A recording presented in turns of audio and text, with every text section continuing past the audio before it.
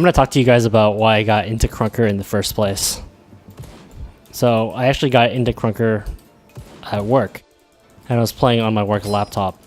And the thing that drew me in immediately was the insane performance, even though I was playing this game on a web browser and playing on a laptop with only integrated graphics. So in this video, we're going to be doing some preliminary performance tests on Krunker.io. And this is by no means an exhaustive scientific research project, but it should be a really good starting place to help you better understand how Krunker runs on a variety of systems. The first PC in this test is going to be the one that I'm playing on currently. It has an Intel Core i7 processor. The model is i7-5960X, clocked at 3.0 GHz. The GPU is a GeForce GTX 1080 with 8 gigs of VRAM. It has 32 gigs of DDR4 memory, clocked at 2666 MHz. And it has a NVMe PCIe solid-state drive. So obviously, the specs are quite strong for a game like Krunker, but it is still worth showing the full spectrum of performance in this game. The second device that we're going to be testing today is the Asus ZenBook UX333, and it has drastically different specs. It has no discrete graphics, so it is not a gaming laptop. It has an Intel Core i5 processor, but note that it's the low voltage model, so it has a TDP of only 15 watts, so it's incredibly power efficient. And the ZenBook is going to represent the type of hardware that I would say the majority of Krunker players are probably playing on. So let's compare the two and see what we find out. First, I want to show you how to get an FPS overlay in the Google Chrome web browser. It's actually really simple. All you do is hit Control-Shift-I. That opens up Google Chrome's developer tools. Your developer tools panel might look a little bit different than mine. You can actually customize it and detach it, so it's in a separate window, and that's really useful for using dev tools. And then you want to look at the bottom, and then there's a little ... You want to click rendering, and it brings up this rendering menu. You just click FPS meter, and you can minimize the window. And look, now I have a nice FPS meter in Google Chrome. In terms of testing methodology, we're going to be running all the tests with OBS off, and that's to ensure that we're getting stable frame rates. But I am going to show you exactly how we record the data in Google Chrome. So again, we're going to bring back the DevTools panel. And under the performance menu, we're going to hit Control-E to start recording. And we're going to actually just play for about 60 to 80 seconds. So this is not like a super long-term benchmark by any means.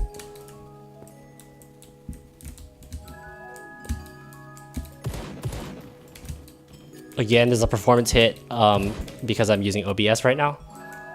Okay, so that's enough. So then we're going to exit Krunker.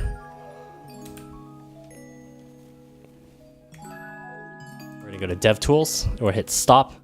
So we're no longer benchmarking. I found a formula on the internet to get average frame rates. So you can see here that Google Chrome has recorded the performance, and this is used to debug web pages, and it's a really cool feature. So what we want to do is we want to select the range that's relevant to the benchmark. Okay, looks about right.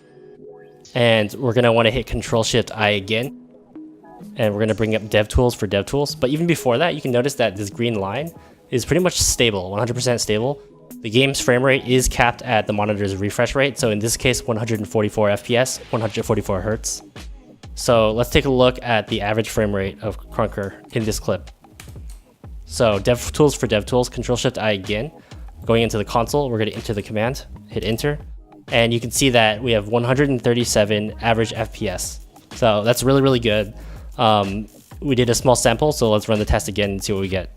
Alright, so we ran the test again with OBS off, and we recorded a longer sample size. And you can see that again, we're getting those very stable frame rates. That green line pretty much looks, solid. And when I go into the DevTools for DevTools panel, I enter the equation, and let's see what we get. So we got 138.4 average frame rate. That's a little bit higher than running the test with OBS off.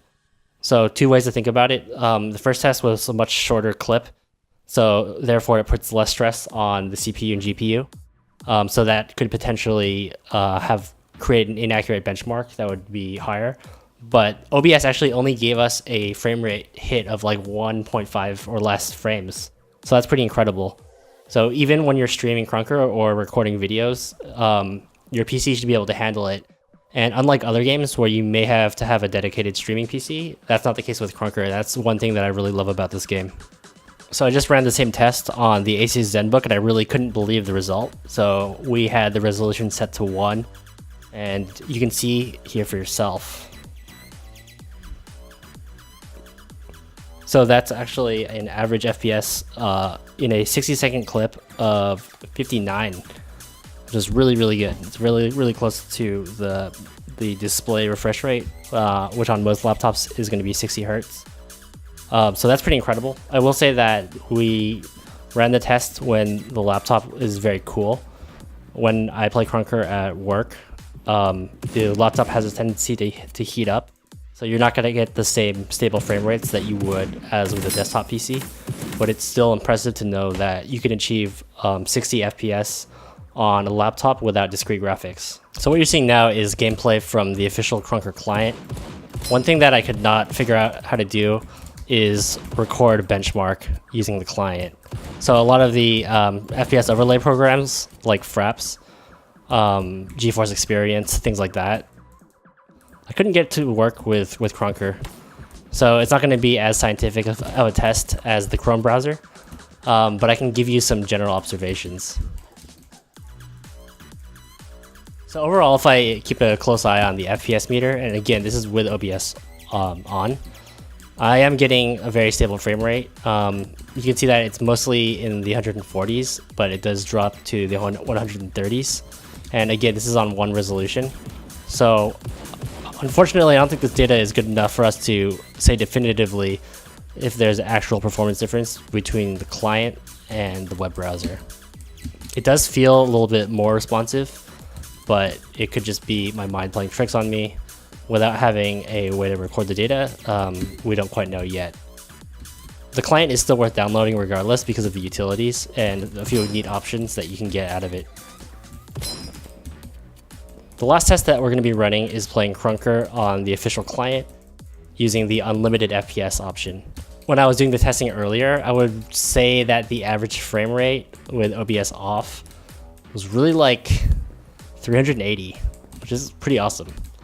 So that actually can drastically reduce the input lag because the frames are being rendered so quickly, and you can get a really nice responsive feeling. If I were playing like competitively, I would probably leave this feature off at the moment. I typically like to set an FPS max on the first-person shooter games that I'm playing, so I don't get unexpected frame drops, and I'm getting really consistent input and really consistent display without any screen tearing or stuttering. But 380 is quite an impressive feat, even on a GTX 1080.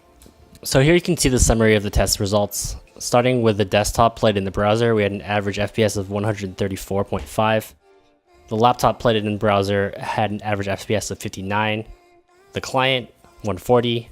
The client uncapped, 380. And another one is the laptop plugged into a 75Hz monitor played on a 0.4 resolution. And we had a very solid 74 average FPS. So again, I want to put out a fat disclaimer here that further performance testing is required. I did very short benchmark tests for these.